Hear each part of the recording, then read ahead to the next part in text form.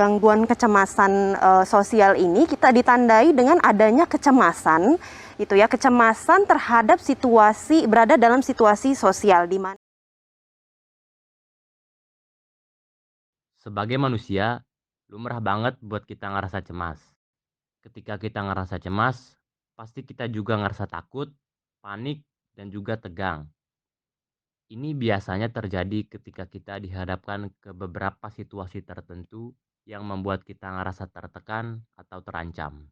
Kecemasan ini bisa terjadi ke siapa saja, di mana saja, dan kapan saja. Tetapi biasanya remaja lebih sering mengalaminya karena hormon emosinya yang masih belum stabil. Contohnya, saat kita menghadapi ulangan akhir semester, pasti sebelum ulangan kita akan ada rasa cemas dan khawatir tentang gimana kalau kita gagal di ulangannya dan mendapati nilai yang jelek. Atau ketika kita mau berpidato di depan satu sekolah, pasti ada ngerasa takut kalau kita bakal salah. Itu tuh normal banget. Faktanya, manusia ngerasa cemas minimal sekali dalam sehari. Tetapi cemas itu biasanya hanya terjadi dalam waktu yang singkat.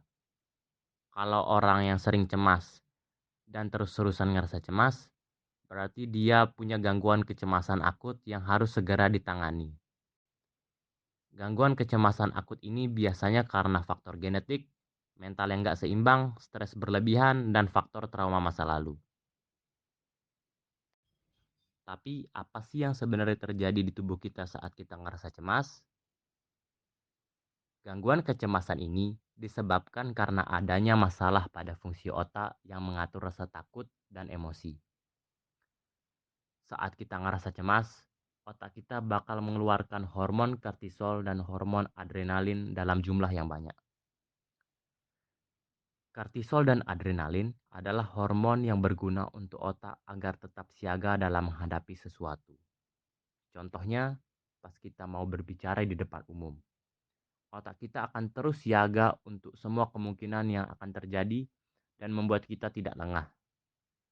Tetapi dampaknya, denyut nadi kita akan berdetak lebih cepat, jantung berdebar, berkeringat, dan lebih cepat lelah dari biasanya.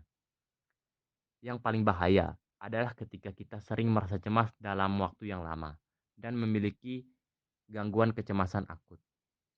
Karena ini bisa meningkatkan risiko penyakit kardiovaskular, menyebabkan masalah pencernaan, melemahkan sistem imun tubuh, menyebabkan gangguan pada pernapasan, dan memicu depresi. Ini tidak main-main, karena dilaporkan ada 1066 kasus orang meninggal dengan gangguan kecemasan akut selama 10 tahun terakhir. Dan diperkirakan bisa meningkatkan persentase kematian sebesar 16,5%. Jadi kalau kalian lagi ngerasa cemas, selalu ingat untuk berpikir positif dan aturlah pernapasan sampai kalian ngerasa lebih tenang. Tetapi kalau cemasnya sudah tidak terkendali, cepat-cepat konsultasi ke psikolog atau bicarakan ke orang-orang terdekat kalian.